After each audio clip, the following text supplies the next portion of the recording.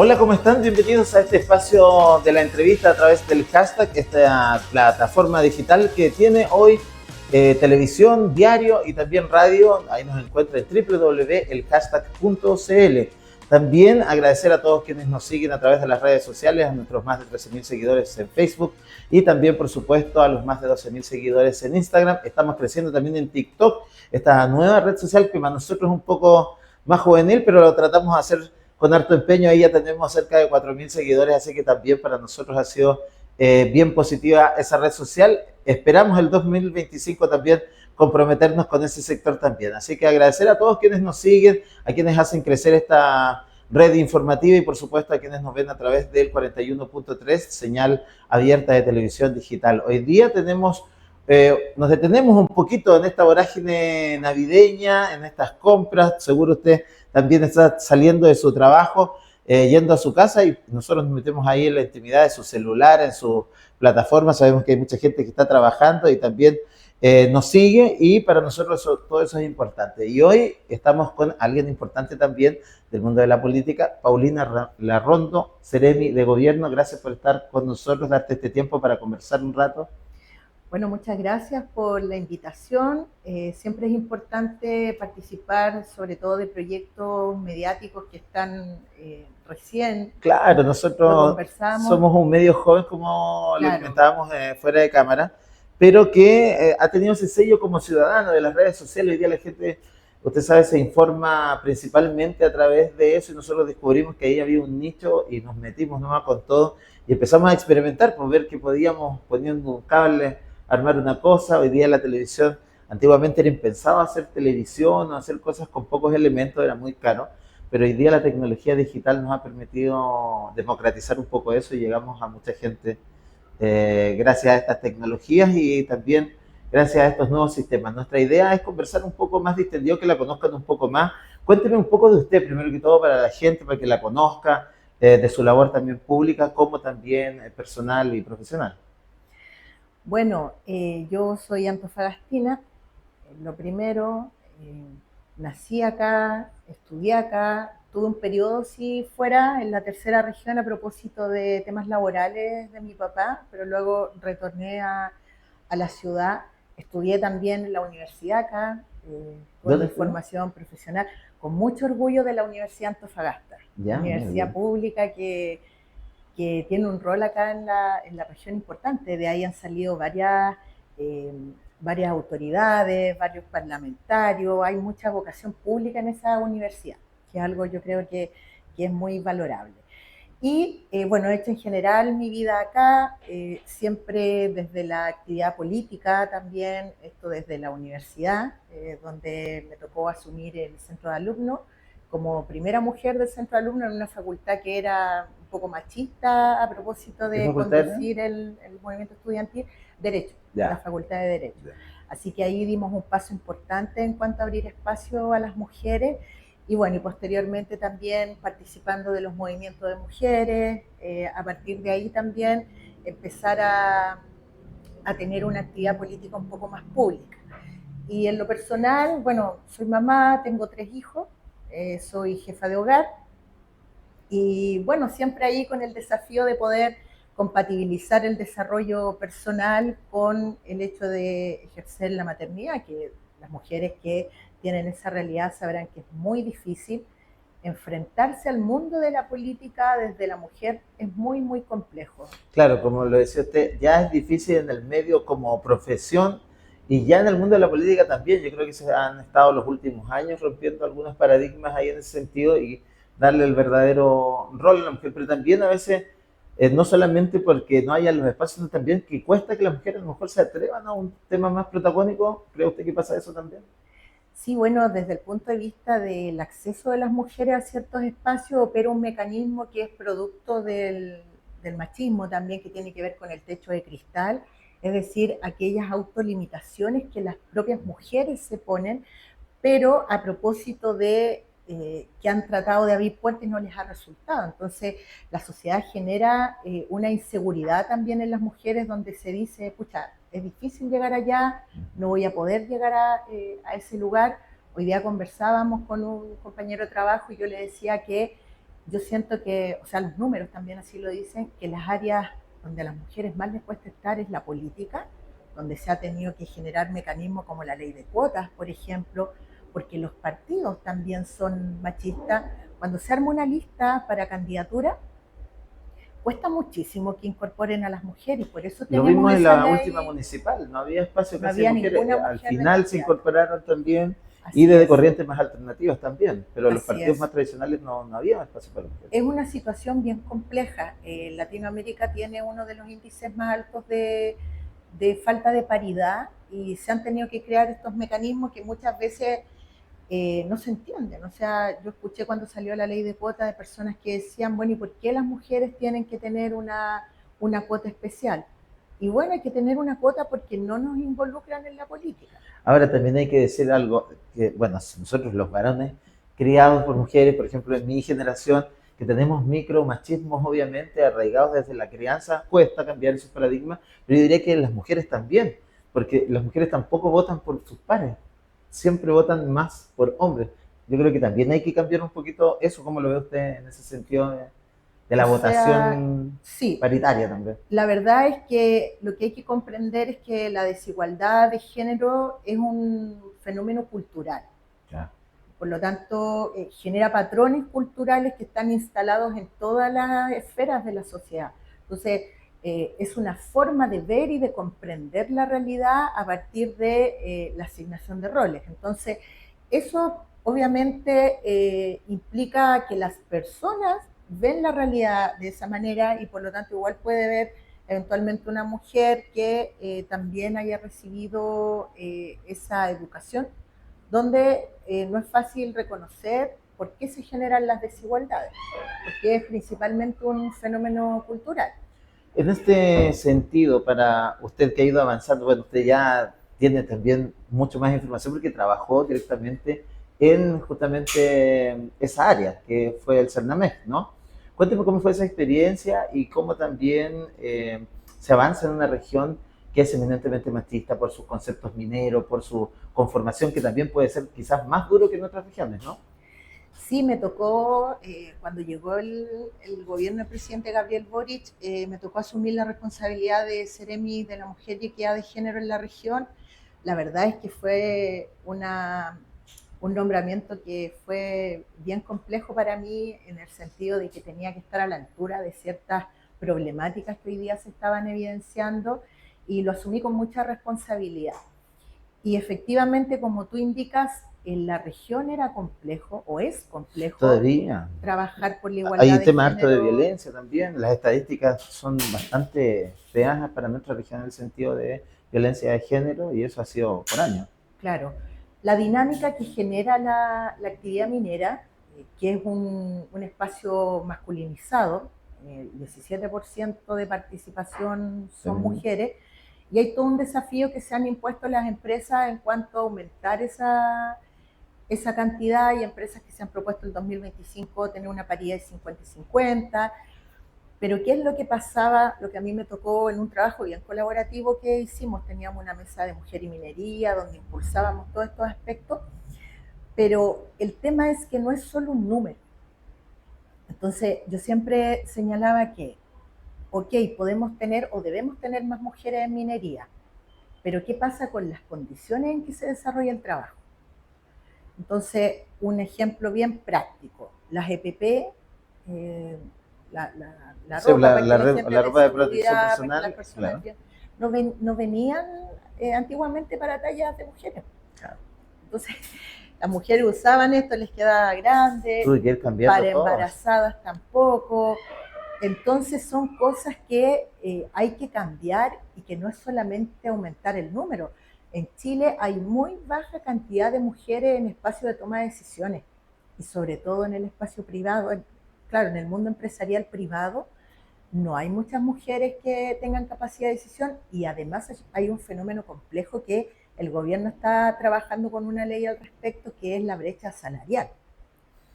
O sea, Claro. cuesta entrar, cuesta desarrollarse por las condiciones que muchas veces no son óptimas y se hace igual trabajo y no se recibe la ¿Existe misma eso realmente, remuneración. por ejemplo, en la minería, que una mujer teniendo el mismo puesto gane menos? Así es, no es solo la minería, es en el ámbito ¿El ámbito público igual? privado.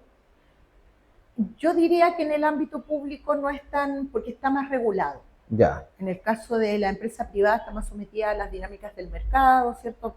El Código del Trabajo lo único que impone es un sueldo mínimo, por lo tanto a partir de ahí ya queda un poco más a criterio de cada empleador.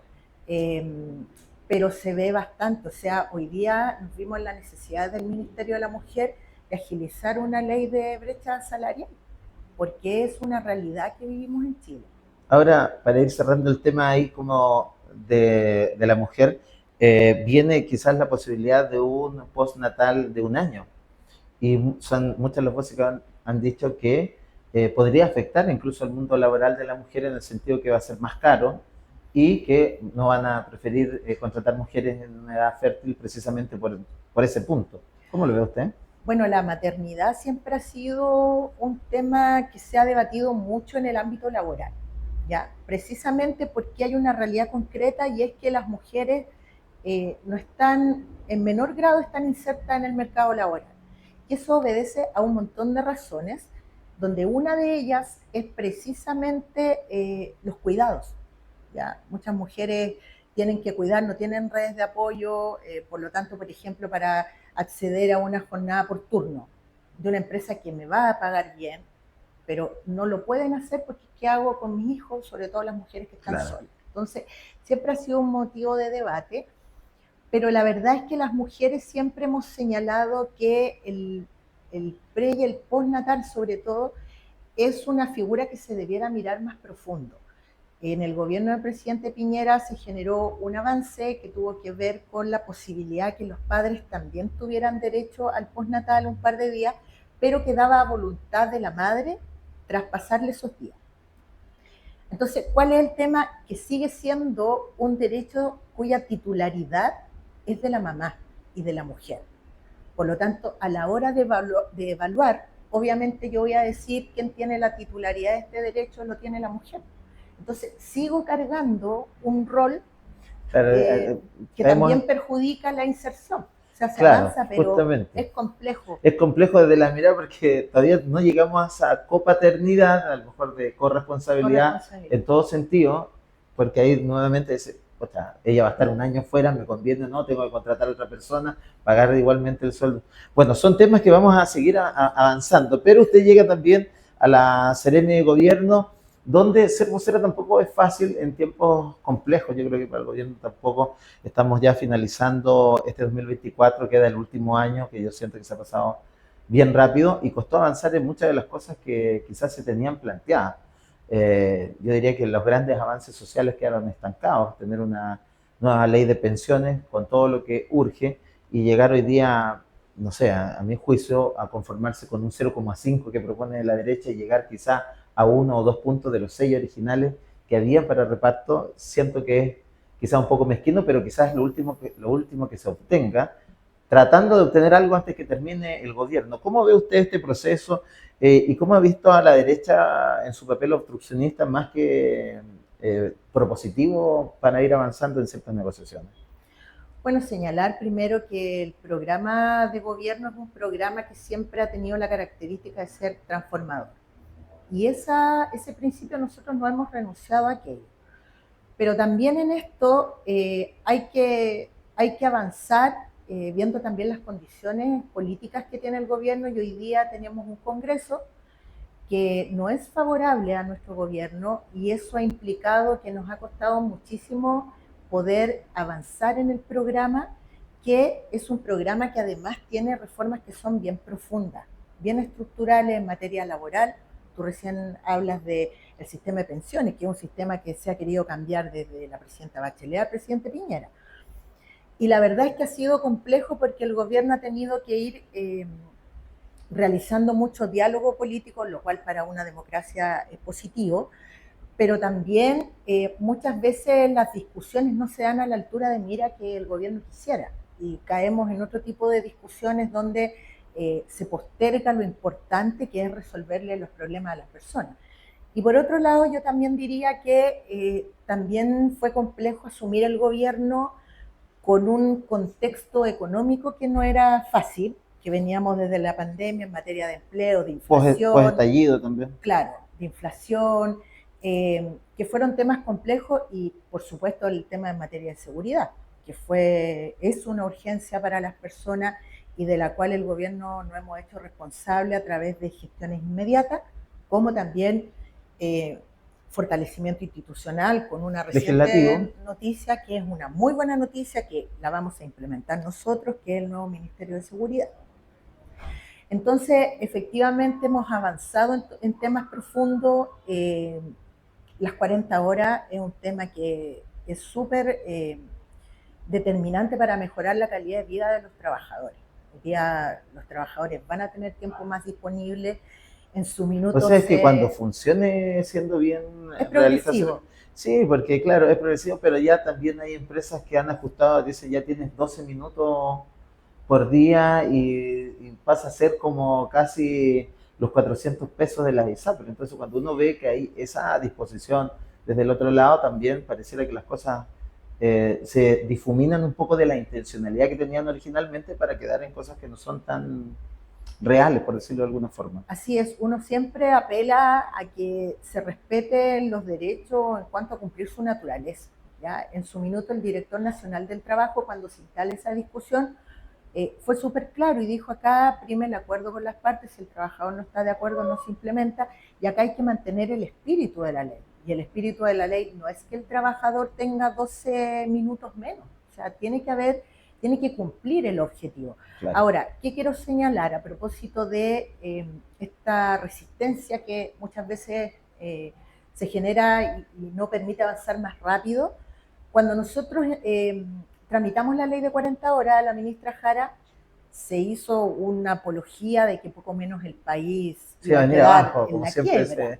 Entonces, son temas que constantemente nos están instalando y que ha sido difícil poder sobrellevar. Y hemos demostrado que no ha sido así. O sea, tuvimos las 40 horas y nadie no quedó a la embarrada en el país. Es más, las 40 horas vinieron asociadas a apoyo a las pymes. Nosotros en Antofagasta, en la Seremi Economía, estuvimos con 2 pymes que las fuimos a ver, que ellos implementaron anticipadamente las 40 horas. Y la dueña de la pyme decía, he tenido más resultados. Me recuerdo, con la imprenta, ¿no?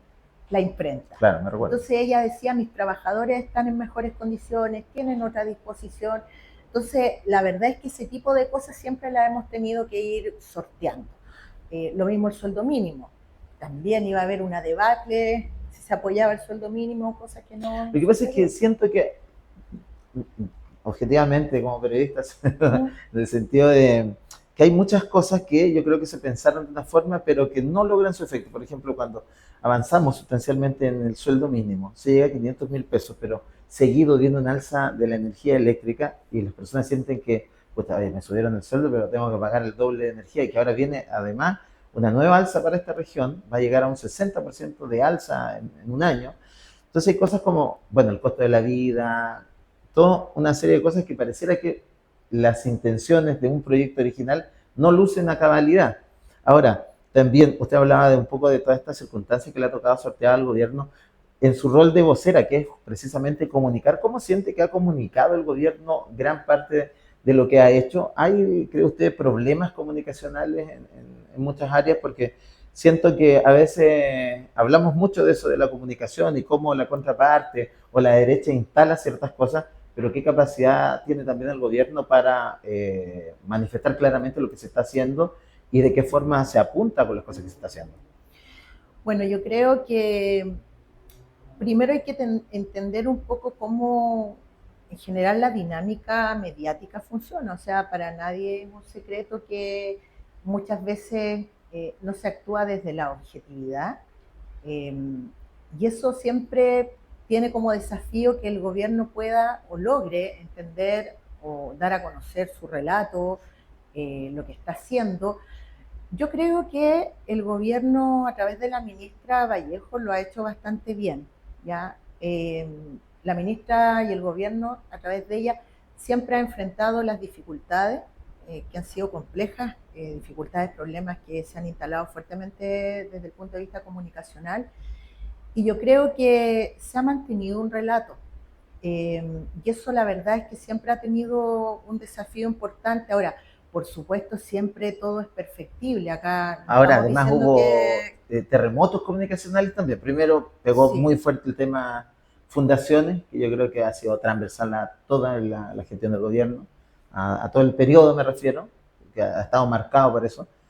Y bueno, luego casos más mediáticos como Monsalve, que yo creo que también, y comunicacionalmente, a mi juicio, desde mi mirada ya, desde las comunicaciones, siento que también no se manejó adecuadamente, comunicacionalmente. Ahora, eso pega y obviamente desluce quizá otras labores que se están haciendo y que a veces cuesta visibilizarlas y que cuando pasan estas cosas, estos terremotos, porque este año hubo muchos hitos, desde el caso de Hermosilla, que es un caso que si bien pega más a la derecha, igual pega a la clase política claro. y al Poder Judicial, pero es algo que mediáticamente pega de una u otra forma. Los temas de corrupción son casos siempre que la gente lo toma con más decepción. Yo siento que el caso de Fundaciones, cuando más encima se pensaba, se dijo y la gente creyó que las cosas se iban a hacer de manera diferente, obviamente no podemos generalizar, que a veces son unos pocos los que nos echan a perder todo el cajón, pero hay que sacarlos a tiempo y actuar de manera diligente. ¿Cómo siente usted en este balance que estamos haciendo brevemente que se fueron sorteando estos hitos y cómo en la región en particular usted siente que también pegaron de alguna manera o cómo lo sortearon para ir mostrando lo que se está haciendo y que no se quede solamente con estas cosas mediáticas que a veces golpean bastante fuerte? Sí, yo primero señalar que en general los gobiernos se ven enfrentados a crisis que son complejas y que en realidad a las personas no les importa de qué lado viene, como tú bien dices, o sea, el tema de la corrupción, de la transparencia, es un tema transversal y que la gente espera que el mundo político dé una respuesta independiente de qué lado es.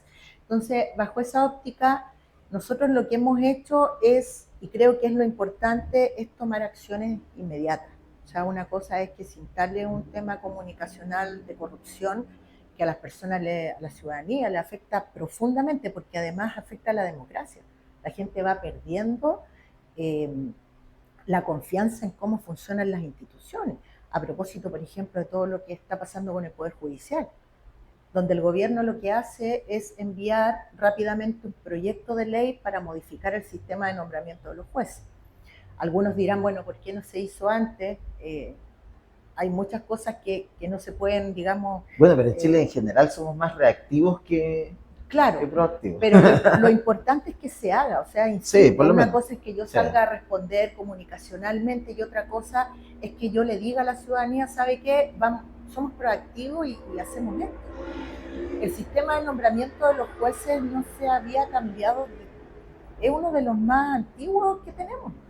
Entonces, hoy día nos vemos enfrentados a un poder que es muy delicado porque es el poder que ejerce justicia y necesitamos hoy día una reforma. Entonces, yo creo que en eso el gobierno siempre ha sido proactivo.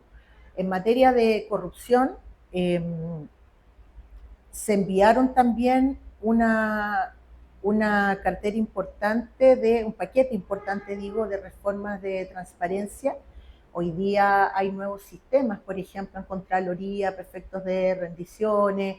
Hay cosas que están sucediendo y que lo importante es responder. Ahora, ¿cuál es lo lamentable? Es que siempre en estas situaciones de corrupción quienes terminan dañados o perjudicados son las personas. Entonces, eso igual hay que tener la capacidad de ir respondiendo rápido. O sea, en el caso, por ejemplo, de nuestra región, el plan de emergencia habitacional, el déficit habitacional de nuestra región es uno de los más grandes a nivel nacional. Entonces Se ha era más de 30.000, avanzado, deben ser, ¿no? Más de 30.000 o son más. más, Más. son más, sí. Me quedé ya con alguna estadística antigua, pero sé que es uno de los más grandes del país. Y en otras regiones se ha logrado ya terminar el plan de emergencia habitacional. Acá llevamos 4.000 viviendas entregadas, tenemos un desafío de cerca de 7.000, si no me equivoco, y la idea es ir dándole celeridad a eso. Entonces, tuvimos ese conflicto tremendo, existió ese conflicto tremendo en el ministerio, en Antofagasta, y la idea, insisto, lo importante es retomar el trabajo y generar medidas para que esto no pueda suceder. Sí, yo creo que como usted dice, pega justo donde más duele porque son precisamente las personas más necesitadas y en un área donde hay tanto en deuda como es el tema habitacional. Pero otro tema importante y sin duda que ha marcado la agenda este año es el tema de seguridad. Ahora, también se toca por otro lado cuando el encargado de la seguridad está hoy día preso, por ejemplo, y que era el subsecretario del área. Eh, ¿Cómo ve usted que también estas cosas que a veces son ajenas, podríamos decirlo, en cierto modo hay decisiones personales, incumplimientos, como lo dijo alguien también, la misma ministra, faltó la confianza del presidente, el señor Monsalve, pero además hay otros aspectos que sí tienen relación con lo que es la gobernabilidad en estas materias. Ahí voy al tema de cómo una persona, como el subsecretario que en ese momento estaba ministro, andaba pololeando, gastando quizás el dinero de todos los chilenos, y cómo podemos dar confianza a la ciudadanía cuando cosas como esta pasan en una materia tan seria, tan importante como es la seguridad, y cómo avanzamos a dar y recuperar esa confianza. O sea, claramente esto fue un problema gravísimo. Estamos hablando de una persona que tenía uno de los bandos más altos del país, como es trabajar en el Ministerio del Interior. Pero tú bien dices, y también lo dijo la ministra, no es responsabilidad nuestra lo que hizo Monsalve en cuanto a ser una persona con una eventual agresión sexual. Nosotros, el presidente confía en las personas a su vez le deben lealtad al presidente y se ejerce el rol.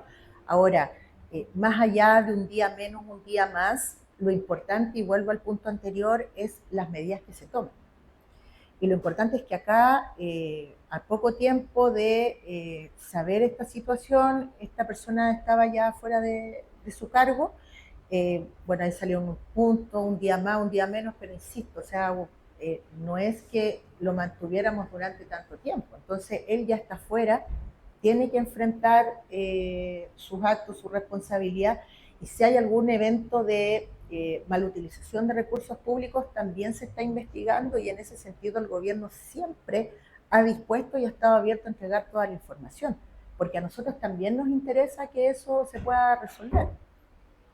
Estamos conversando con Paulina Larrondo, la Seremi vocera de gobierno, la Seremi de gobierno. Estamos tratando todos los temas, estamos haciendo como casi un balance de lo que ha sido este 2024 y es momento también de agradecer a quienes hacen posible todos estos programas, los microespacios. Vamos a retomar el próximo año nuestras cápsulas de educación cívica que fueron muy bien evaluadas durante este primer año, justo en un proceso eleccionario, así que para el próximo año también las vamos a retomar también este tipo de entrevistas, y todo eso gracias a Médico Ya, que es una plataforma, una app de medicina en su hogar. Imagínense tener la comunidad en su hogar, atención médica, enfermería, kinesiólogo, un psicólogo, nutricionista, todo en su casa.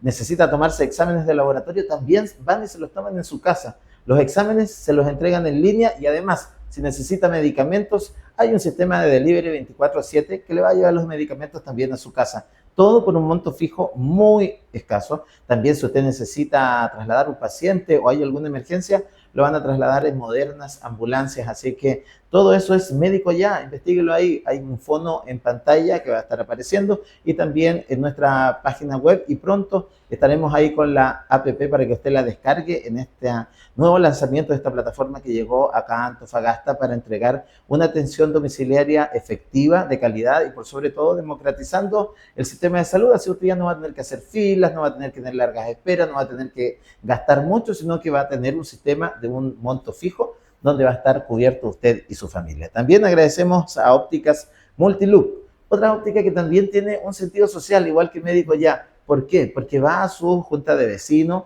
va a su club deportivo, lleva anteojos, así como usted lo ve en pantalla, con buen diseño, como corresponde, pero además a un precio justo. Podemos llevarlo en un también operativo oftalmológico donde lo van a atender profesionales de forma gratuita y va a tener también acceso a anteojos de una forma también de un precio justo, que es lo que nosotros promovemos a través de nuestro canal.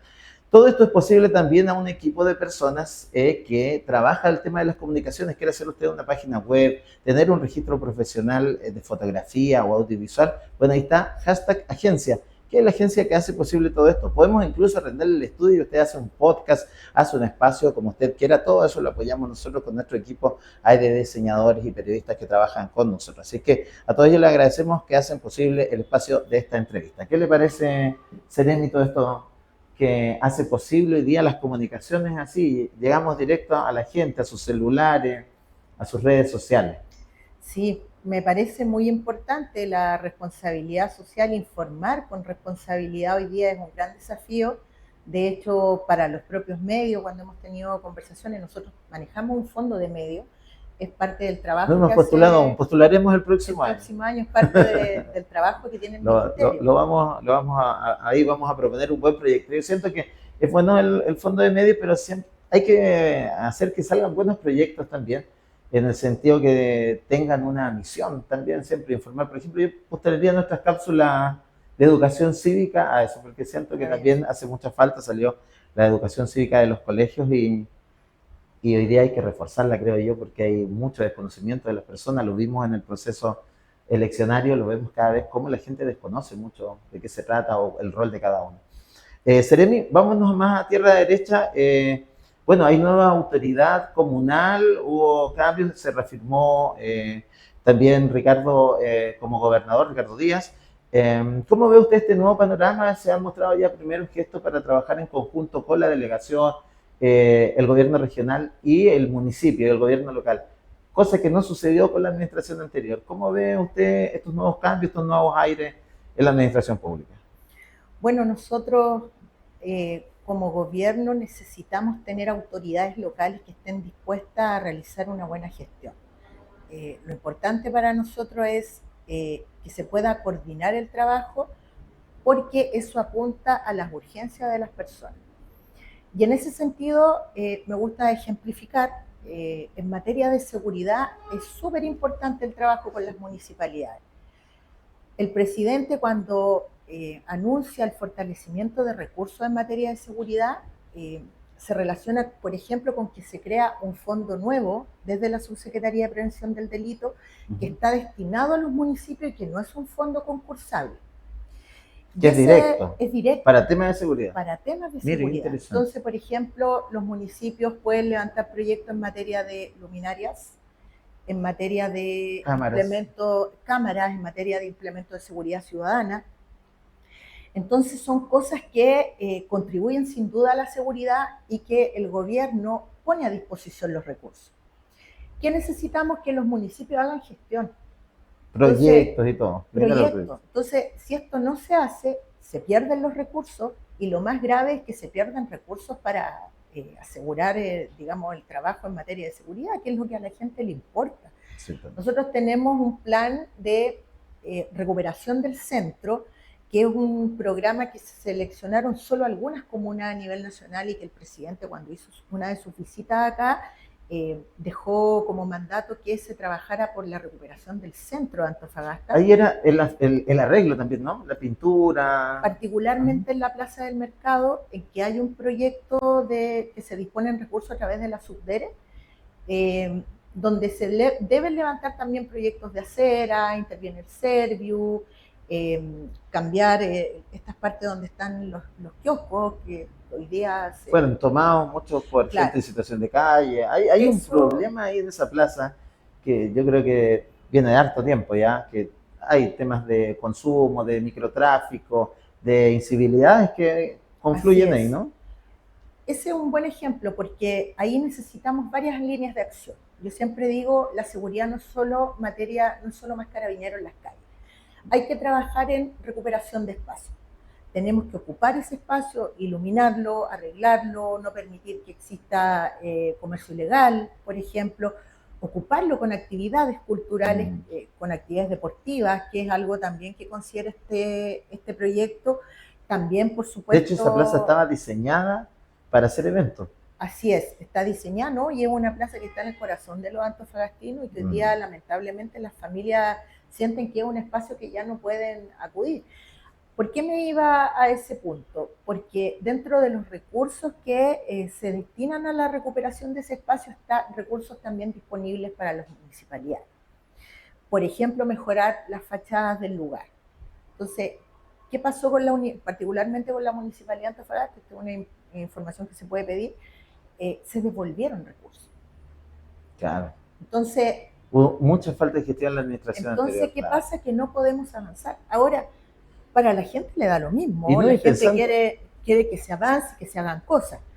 Pero a propósito de tu pregunta, precisamente por eso necesitamos una voluntad política de querer avanzar, porque, insisto, o sea, lo prioritario es ver la necesidad de las personas y hoy día la seguridad es Lo que sumamente pasa, importante. justamente como dice usted, es una prioridad. A veces culpan un poco a los medios de promover ciertas cosas que están pasando. Por ejemplo, hoy día nosotros publicamos lo que sucedió el fin de semana con esta nueva pelea de extranjeros con palas, donde agreden a un individuo con una pala.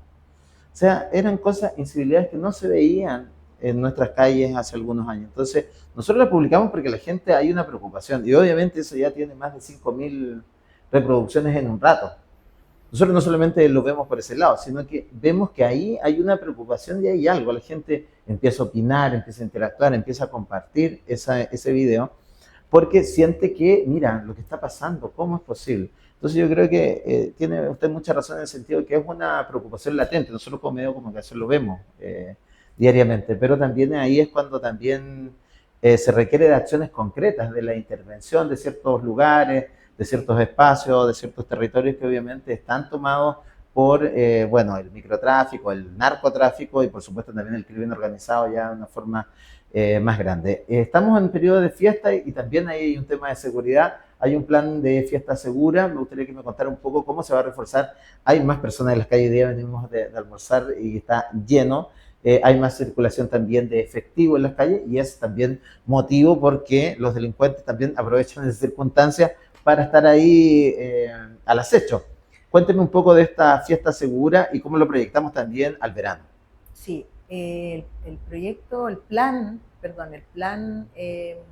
Fiesta Segura es un plan que nace a propósito de la estrategia que tenemos en materia de seguridad y es que todas aquellas fechas donde circulen más personas, donde exista la posibilidad de que se cometan mayores delitos, se hace una coordinación que es mayor a la que se trabaja constantemente, pero se hacen doble los esfuerzos.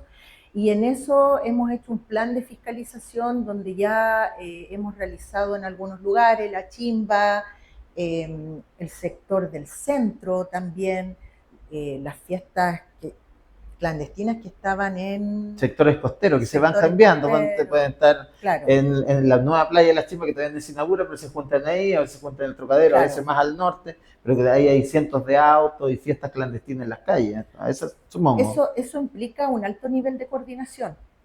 Nosotros estuvimos ya planificando hace un buen tiempo con Carabineros, con la Armada, que es quien puede también fiscalizar el borde costero, que en Antofagasta es un foco importante de delitos, de incivilidades.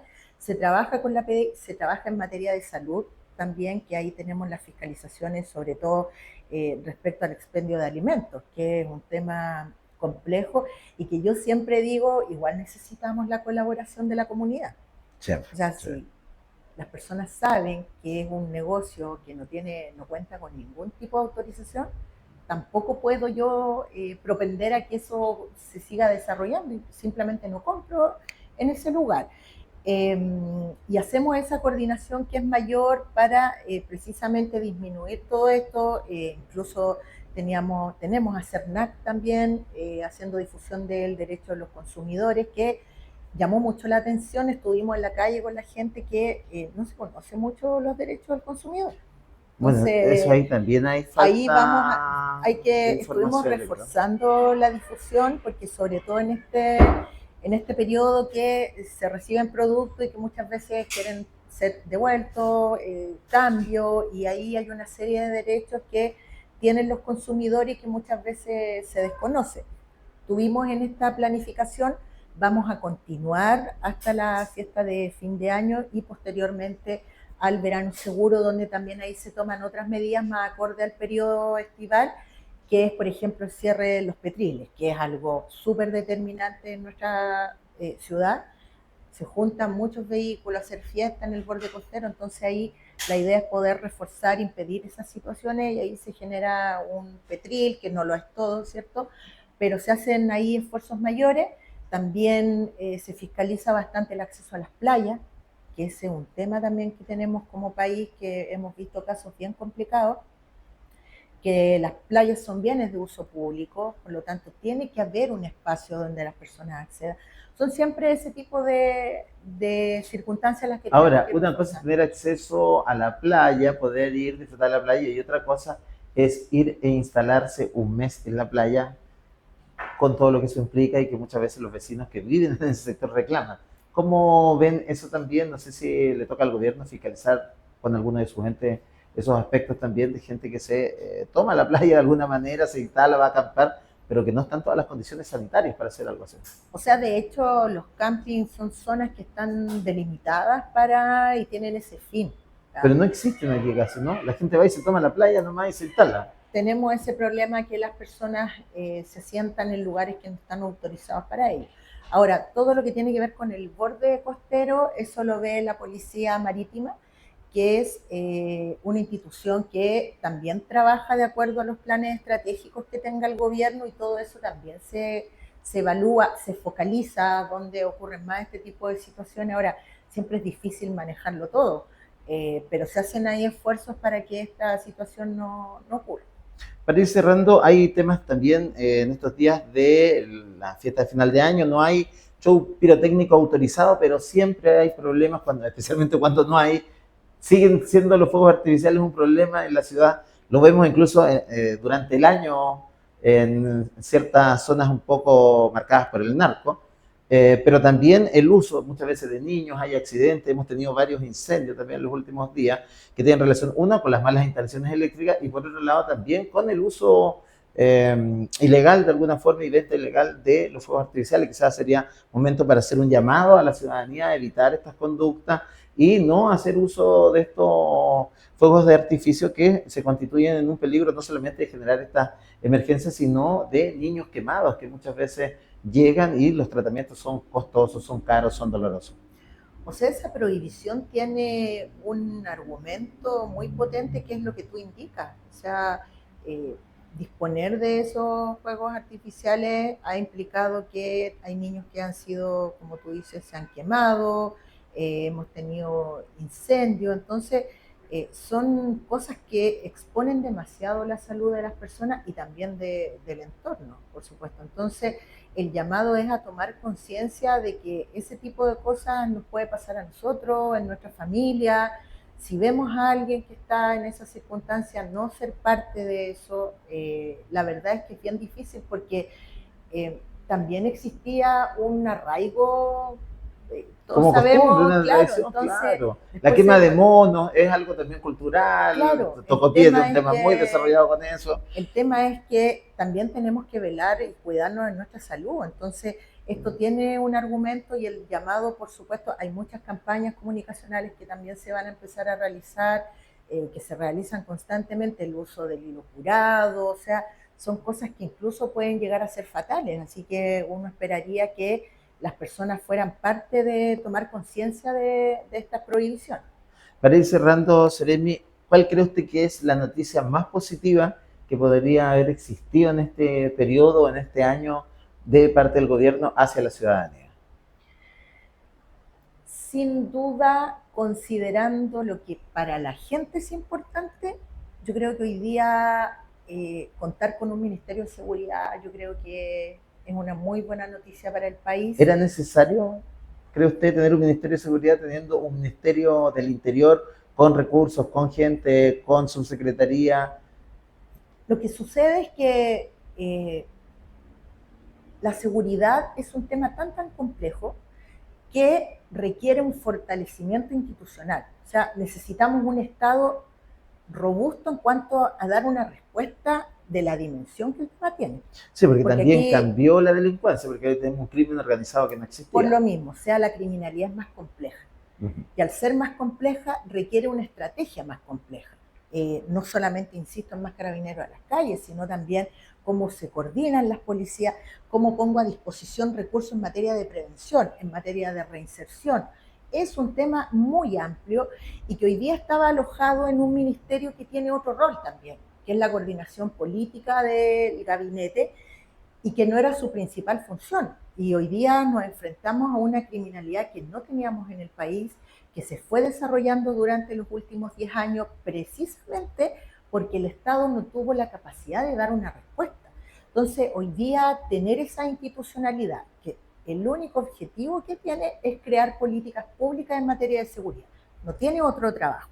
Es un ministerio que es altamente técnico, va a tener equipos que incluso vienen de la Subsecretaría de Prevención del Delito, ahí son cosas que se están trabajando, pero es un ministerio altamente técnico. Yo creo que eso es un poco lo que hace falta en esas materias, cuando ponemos a gente capacitada que sabe de las materias y no son cuoteos políticos o son el cupo del partido y que incluso a veces se pelean, si no, si me corresponde a mí porque es mi cupo de mi partido y se sustenta lo técnico, yo creo que claro, sería una muy buena noticia. Y ahora se viene el 2025, ¿cuál cree usted que va a ser el último desafío? ¿Qué noticia le gustaría que usted fuera la que marcara el último año del gobierno del presidente Boris, donde usted va a ser vocera acá seguro durante todo este último año? ¿Qué noticia le gustaría dar en lo que queda de este año, en el 2025 que se viene? Sin duda, el gobierno quiere la reforma de pensión. Más que el gobierno necesita, el ámbito político necesita responderle a la gente, sobre todo responderle a las personas mayores. El gobierno ha hecho un esfuerzo tremendo, como tú indicabas al inicio, se ha cedido bastante, pero lo que no vamos a ceder es en no reconocer que este sistema fracasó, que es un sistema que no se acomoda a los principios de lo que debiera ser la seguridad social. O sea, no es solo para las personas que reciben hoy día pensiones de miseria. Para nadie es un secreto que a las personas mayores no les alcanza para llegar a fin de mes y la mayoría lo gastan en remedios, además. Entonces, son situaciones que no solamente se generan hoy día, sino también la incertidumbre de quienes trabajan actualmente. Las personas que hoy día están activos en el mundo laboral saben que están cotizando, pero saben o tienen una incertidumbre de cuál va a ser su jubilación y si les va a permitir tener una vida, una calidad de vida acorde. Entonces, se trabaja toda una vida para recibir una pensión que es de miseria y además lo muy, muy complejo e inaceptable es que exista el lucro en la seguridad social. Pero no se ha hecho mucho por cambiar el sistema. Se habló de una AFP estatal que vendría un poco a generar la competencia, ya que no se pudo eliminar, porque primero se habló de no más AFP, de que el modelo estaba agotado y que había demostrado que no estaba funcionando, que no cumplió bajo ningún parámetro las promesas que hizo en su momento. Entonces, si no se hizo eso, si además no se avanzó en una AFP estatal, se va a sacar una ley a la rápida solo por sacarla, conformándonos con un, digamos, 2%, que yo lo veo incluso lejano, porque se habló, recién se abrió a un 0,5 la derecha. Entonces, ¿es preferible eso, dice usted, que va a ser una ley muy por debajo de las expectativas, yo creo, de la gente y de lo que esperaba el gobierno, y por sobre todo que va a exigir prontamente seguir hablando del tema, no va a ser una reforma de largo aliento, supongo yo, lo que se lo ve. ¿Cómo lo ve usted en ese sentido? Yo creo que sí tiene que ser una urgencia, ¿ya? Y que el diálogo político tiene que avanzar, obviamente eso implica ceder en algunos aspectos, pero tampoco desnaturalizar el propósito de la reforma. Ahora, es importante porque este debate la gente lo está siguiendo de cerca. A mí me toca visitar a muchos clubes de adulto mayor, de hecho ahora voy a uno que me invitaron, y la gente está expectante de cómo el mundo político le responde también a las personas. Ahora, yo creo que el proyecto que tiene el gobierno sí implica un cambio estructural, obviamente con algunas diferencias en base a lo que tú dices de las discusiones, el diálogo político que existe en el Congreso, pero por ejemplo, el fin a la AFP, nosotros, o sea, ese es un tema que es parte de la esencia del proyecto de ley y que nosotros estamos convencidos que eso tiene que ser así. O sea, Pero eso no se ha tocado ni un ápice. pero va, no se ha movido ni un milímetro. Son temas complejos y que nosotros vamos a insistir. Es como cuando me hablan de las ISAPRE, o sea, yo también jamás pensé que un gobierno nuevamente podía presentar una ley de perdonazo a las ISAPRE y que llegáramos hoy día a que ellos paguen en 13 años todos los abusos que cometieron por cuántos años, que ningún chileno, ninguna deuda, creo yo, tiene la posibilidad de pagarla en ese tiempo y llegar a dividirla en ese número de letras. Y punto dos, enviar una ley que también viene a resguardar un ente que es privado y que no tiene relación. Bueno, somos capitalistas cuando conviene, cuando hay una empresa que no funciona, se va a la quiebra y pierde nomás. Claro. ¿Por qué debe existir un Estado que genere una ley para apoyarlo, para ayudarlo? La gente lo ha entendido, yo creo, y se ha ido sola a FONASA, porque sabe que el otro sistema tampoco está funcionando. Entonces a veces quedan un poco esas sensaciones de que ciertas cosas no se han movido mucho y ojalá que en el último año se puedan fortalecer. O sea, esa esperanza que usted tiene, yo creo que la tenemos muchos chilenos por el avance de ciertas cosas, como decía la presidenta Bachelet, ir moviendo el muro aunque sea un poco. Así es. Va a ser nuestro mayor esfuerzo y desafío, obviamente sin descuidar las urgencias, las cosas inmediatas, pero ese va a ser un tema que le vamos a poner todos los esfuerzos y vamos a estar ahí hasta el final para que esto pueda ser ley antes que nosotros nos vamos del gobierno, porque no se puede esperar más. O sea, la gente no puede esperar más. Yo, la verdad es que... Y además hay un programa que también, hay una promesa, hay una... Además, confianza depositada. Le quiero agradecer, Seremi, espero que no sea la última vez que conversemos, pero que, bueno, le agradecemos, esperamos tener aire acondicionado, porque mire, con estas luces, pleno verano, así que le agradecemos que haya resistido todo este calor, que vamos a tener aire acondicionado la próxima vez que venga, y siempre cuenten con este espacio para difundir lo que están haciendo, somos un espacio ciudadano, así que la gente siempre interactúa con nosotros, así que eso es lo más importante. Agradecerles a todos ustedes también, a los más de 15,000 seguidores de Facebook, a la gente de Instagram. Por supuesto, esta entrevista la puede revisar completa en YouTube y también, obviamente, a través de las redes sociales. Va a estar ahí en nuestro Facebook también, donde tenemos ahí personas de todas las edades que les gusta. Así que muchas gracias por estar con nosotros y sea bienvenido cuando quiera a nuestro estudio y al hashtag, ahí para que lo conozca, síganos también. Muchas gracias, que esté muy bien. Ya, pues con ustedes nos encontramos en otro momento. Síganos, comparta esta entrevista. Gracias por estar ahí. Nos vemos.